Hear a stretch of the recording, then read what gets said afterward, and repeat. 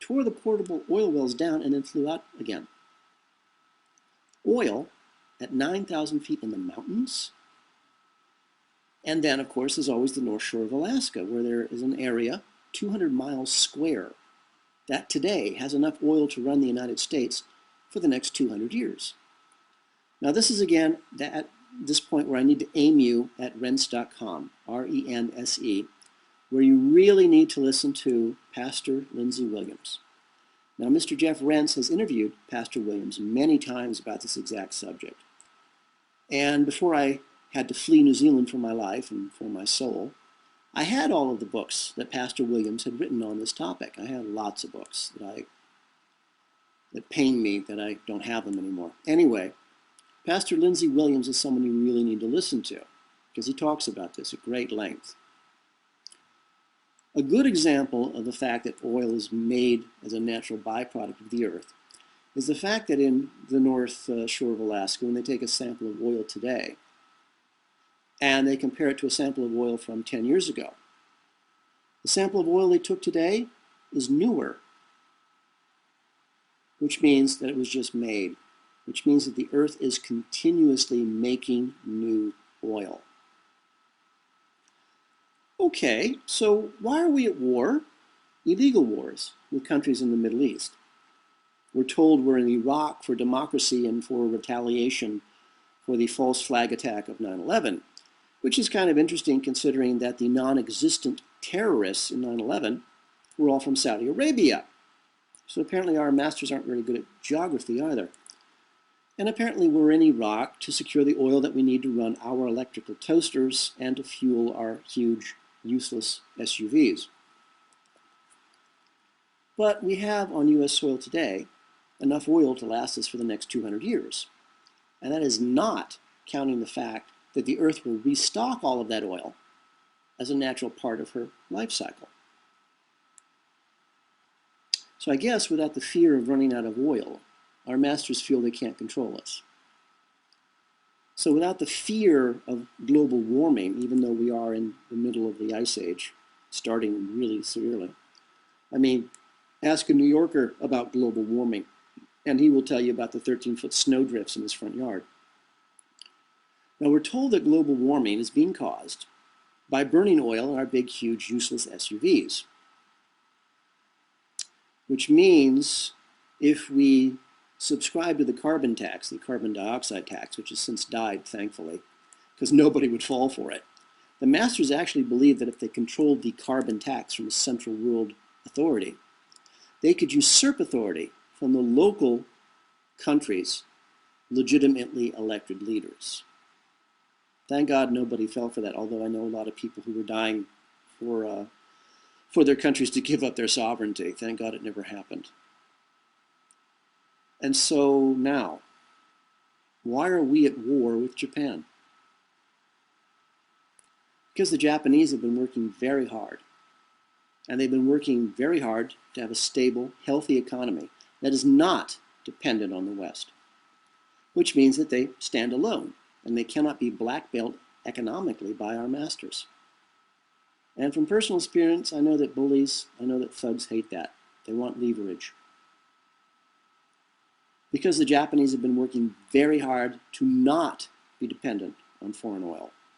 And again, bullies, thugs really hate that. They want leverage. They want to be able to grab you and shake you down. They need something. So all you have to do really is look up why Japan went to war against the United States back for World War II, back in the 1940s. Why? Really simple. Franklin Delano Roosevelt, the president of the United States at that time, cut off all oil supplies to Japan and was destroying their economy. The Japanese sent ambassadors, envoys, they were all ignored. Finally, in desperation, they sent a written declaration of war to Washington. It was ignored. American military observers saw the Japanese fleet steaming towards Hawaii, towards Pearl Harbor. They were silenced. It was a staged event. And the Japanese remember this. So they have no interest in being controlled by Western oil ever again.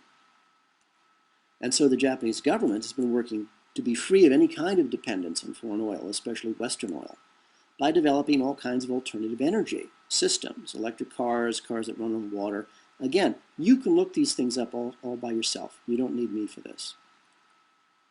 And so, with a healthy economy, freedom of dependence on foreign oil, the Japanese were free, they were healthy, they were stable.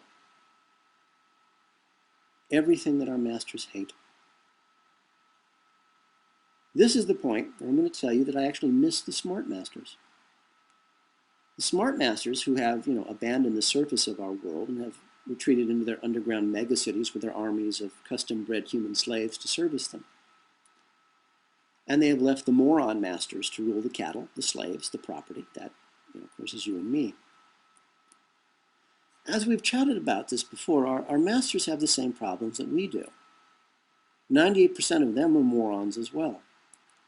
And they need to get rid of this excess baggage before the great work can continue.